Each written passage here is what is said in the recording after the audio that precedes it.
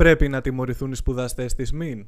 Μιλάμε για τους σπουδαστές της Σχολής Μονίμων Υπαξιωματικών του Ναυτικού, όπου φώναξε ένα σύνθημα που έκανε την κυβέρνησή μας να νιώθει λίγο άβολα. Έφερε σε αμήχανη στιγμή την κυβέρνηση και το αφήγημα της ελληνοτουρκικής φιλίας. Είπαν ένα σύνθημα που εμάς μας σόκαρε. Δεν μας σόκαρε όμως η αντίδραση των πολιτικών και πάρα πολλών δημοσιογράφων, με όσα ακούω από την στιγμή που ακούστηκε αυτό το σύνθημα στην παρέλαση και ύστερα από τον πολιτικό κόσμο και τους δημοσιογράφους. Θα ήθελα εδώ, πριν μπούμε στην εκπομπή, πριν συζητήσουμε περαιτέρω, δείτε τη δικιά μου άποψη και ακούσετε όλα όσα έχω έρθει εδώ να σας παραθέσω, την δικιά σου γνώμη. Πρέπει να τιμωρηθούν οι σπουδαστές της ΜΗΝ, τα παιδιά που θα στελεχώσουν τις θέσεις των υπαξιωματικών αλλά και αξιωματικών, καθώς στο άγγιγμα αυτής της παρέλασης ήταν δύο λόγοι μαζί που φώναζαν το σύνθημα. Έτσι μου λένε τουλάχιστον οι πηγές μου. Και της Σχολής Μονίμων Υπαξιωματικών του Ναυτικού της ΜΗΝ, αλλά και ναυτικοί δόκιμοι, δηλαδή αξιωματικοί που θα στελεχώσουν το πολεμικό ναυτικό την επαύριο, αφού αποφοιτήσουν από την Σχολή Ναυτικών Δοκίμων, όπως και από τη ΜΗΝ. Εσύ τι πιστεύεις, πρέπει να τιμωρηθούν ή όχι? Σε μια σύντομη παρένθεση, για όσους πρώτη φορά βλέπετε το κανάλι και τα βίντεό μας, για να γνωριστούμε, ονομάζομαι Γιάννης Μπινιάρης και μαζί κάνουμε τα βίντεο και τις εκπομπές εδώ στο κανάλι μας, στο γαλανό λευκό στέκι.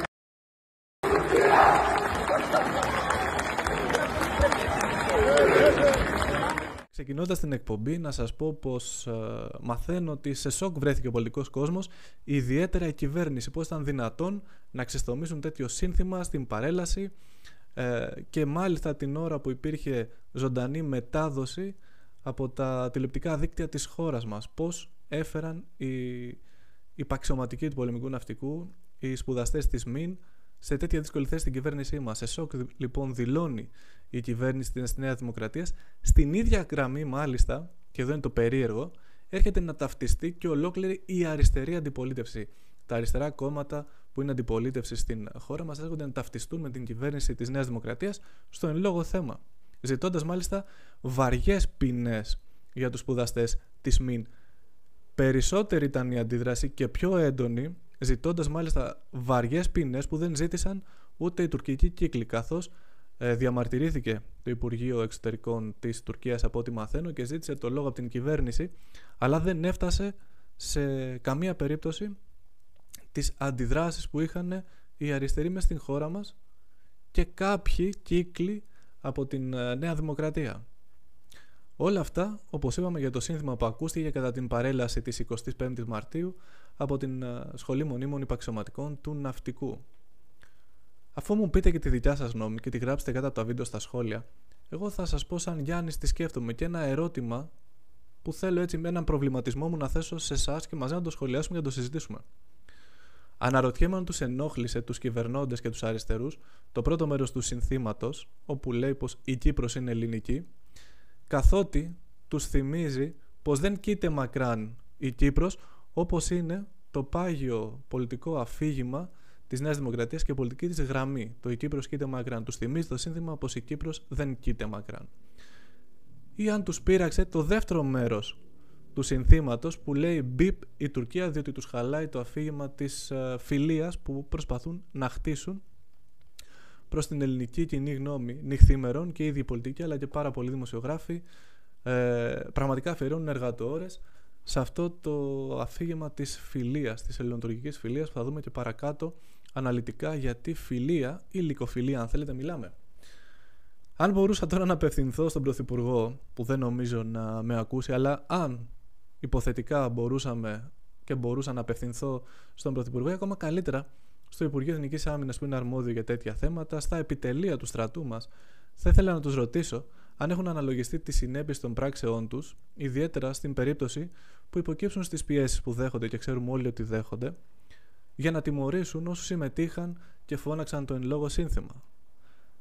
Εδώ να πω, για να το εμπεδώσουμε όλοι, και εμείς αλλά και ο πολιτικός μας κόσμος, ότι δεν έχουμε στα σύνορά μας, δεν γειτονιάζουμε δυστυχώς με το Λουξεμβούργο και το Βέλγιο, Ούτε έχουμε και ζούμε σε μια ουτοπία, μια χώρα δηλαδή που οι γείτονες σέβονται την εθνική μας κυριαρχία. Δεν είναι έτσι τα πράγματα. Καθημερινά ακούμε κορώνες από την Τουρκία για την γαλάζια πατρίδα τους, με διεκδικήσεις για τα νησιά μας. Γινόμαστε μάρτυρες παραβιάσεων, πολλών παραβιάσεων σε αέρα και θάλασσα, και έχουμε και τη Θράκη μας, η οποία δέχεται έναν ανορθόδοξο πόλεμο με δούριο ύπο φυσικά την προπαγάνδα που υφίσταται στην περιοχή της Θράκης για τουρκική μειονότητα. Ενώ υπάρχει μόνο θρησκευτική μειονότητα, και αυτή είναι των Ελλήνων που είναι μουσουλμάνοι στο θρήσκευμα. Οι Τούρκοι έχουν χρησιμοποιήσει έναν δούριο ύπο αυτών της καλλιέργειας της τουρκικής συνείδησης σε μουσουλμάνους της Θράκης, και τους αφήνουμε, η ελληνική πλευρά τους αφήνει. Και μην ξεχνάμε μάλιστα, και αφού μιλάμε για την Κύπρο, την παράνομα μισή κατεχόμενη Κύπρο που έχουν οι Τούρκοι, και μάλιστα θέλουν να αναγνωριστεί ως ανεξάρτητο κράτος. Τι να λέμε τώρα. Οι Έλληνες οι υπαξιωματικοί και οι αξιωματικοί μας πρέπει να έχουν το σθένος να υπερασπιστούν την πατρίδα. Μην τους ευνουχίζετε πριν καλά-καλά αποφοιτήσουν από τη σχολή τους. Σκεφτείτε τα όλα αυτά. Θέλουμε ένα στράτευμα με το φρόνημα του Καραϊσκάκη που έδινε απαντήσεις ανάλογες του συνθήματος της Ασμήν στο ασκέρι του Σουλτάνου και σε κάθε πασά που προσπαθούσε να καταπνίξει την Επανάσταση. Έτσι ελευθέρωσε την πατρίδα, έτσι ελευθερώσαμε όλοι εμείς την πατρίδα μας. Με τον τρόπο αυτόν σήμερα έχουμε χτίσει και ζούμε σε ένα ελεύθερο ελληνικό κράτος.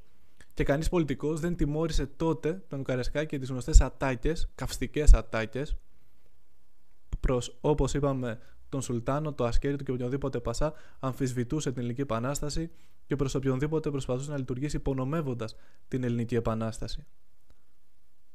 Τέλος, έτσι, προσπαθώντας να φτάσουμε προς το κλείσιμο αυτής της εκπομπής, κυβέρνηση που πατάει σε δύο βάρκες δεν έχει σταθερότητα. Και εκτός από το ότι η κυβέρνηση που πατάει σε δύο βάρκες δεν έχει σταθερότητα, προκαλεί διχασμό. Και έχουμε ανοιχτές πληγές από τον διχασμό στην χώρα μας. Δεν γίνεται, κύριε Πρωθυπουργέ, κυβέρνηση και εκεί οι υπουργοί, να επιτρέπεται να καίνε την ελληνική σημαία, πολύ αριστεροί και μπαχαλάκηδες αναρχικοί, να καίνε αυτό το σύμβολο, να καίνε την σημαία μας, την ελληνική σημαία, χωρίς συνέπειες όλοι αυτοί, με τη δικιά σας ανοχή. Δεν γίνεται να δέχεσαι, έχει ιδέα και υβριστικά συνθήματα κατά της Ελλάδας. Στο διάλογο οικογένεια, στο διάλογο πατρίς, η Ελλάδα να πεθάει, να ζήσουμε εμείς, θυμίζω. Όπως και πάνω που σήκωσαν διάφοροι θίαση με τον Destroy Greece.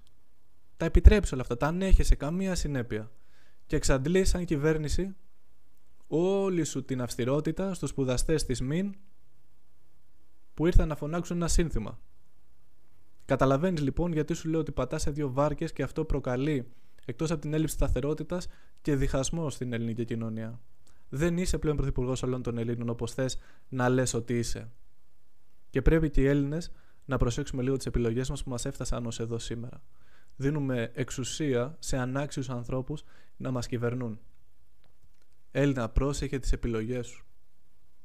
Προς οποιοδήποτε πολίτη αυτού του ελεύθερου κράτους που, όπως είπα, χτίσαμε με συμπεριφορές όπως του Καραϊσκάκη, με ήρωες όπως ο Καραϊσκάκης.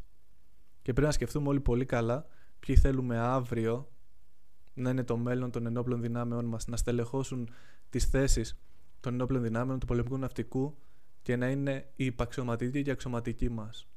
Ποιους θέλουμε σε ανάλογες περιπτώσεις όπως των Ιμίων που συνέβησαν το 1996 σε προσπάθειες των Τούρκων να γκριζάρουν το Αιγαίο, να διεκδικήσουν τα νησιά που θέλουν, να διεκδικήσουν την γαλάζια πατρίδα τους. Ποιους θέλουμε να έχουμε στο στράτευμα από αξιωματικούς και αξιωματικούς? Ναύτες που θα τραγουδούν «Περνά η Μέλισσα» στις παρελάσεις κατά το δόγμα της Νέας Δημοκρατίας και των αριστερών εκεί κομμάτων στη Βουλή? Ή ναύτες με το ηθικό των παιδιών αυτών της ΜΗΝ? Το αφήνω σαν ερώτημα, τα σχόλια όπως είπα δικά σας. Θα κλείσω σιγά σιγά την εκπομπή για να μην μακρηγορώ και να μην σας κουράζω.